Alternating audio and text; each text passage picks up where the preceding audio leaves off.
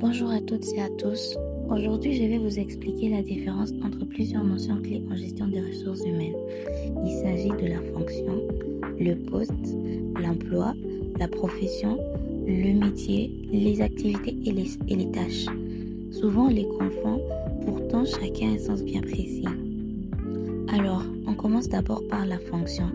La fonction, c'est le rôle général dans l'entreprise. Elle correspond à un domaine d'activité comme les ressources humaines, le marketing ou la comptabilité. Par exemple, la fonction des ressources humaines regroupe tous ceux qui travaillent sur le recrutement, la paie, la formation, et ainsi de suite. La deuxième notion qu'on va définir, c'est celle du poste. Le poste est la position précise occupée par une personne dans l'organisation. Un poste, il est unique. Il a un lieu, un titulaire et des missions précises. Par exemple, le directeur général d'une entreprise, par exemple. Il n'y a pas deux directeurs généraux. C'est soit un directeur général ou bien un directeur général adjoint. La troisième notion est celle de l'emploi. L'emploi est un ensemble de postes similaires qui exigent les mêmes compétences. Un emploi peut être occupé dans différentes entreprises avec des variations légères. Par exemple, on peut donner l'exemple de l'emploi de comptable. Il existe dans toutes les organisations. La quatrième notion est celle de la profession.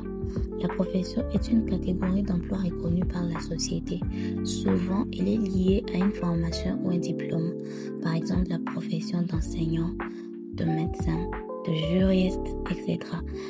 En fait, elle peut regrouper plusieurs emplois et postes selon le secteur. Numéro 5, c'est le métier.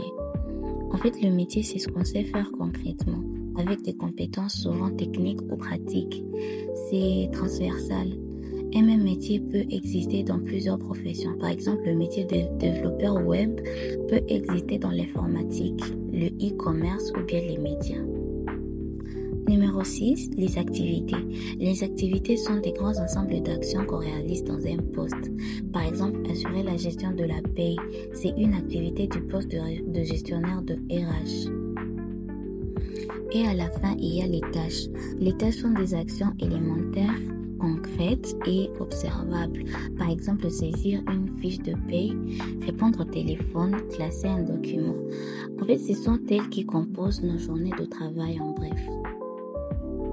À la fin de cette vidéo, on peut conclure en disant que chacune de ces notions permet à l'entreprise de mieux organiser le travail, de gérer les compétences et planifier les ressources humaines. Merci de votre attention et à très bientôt.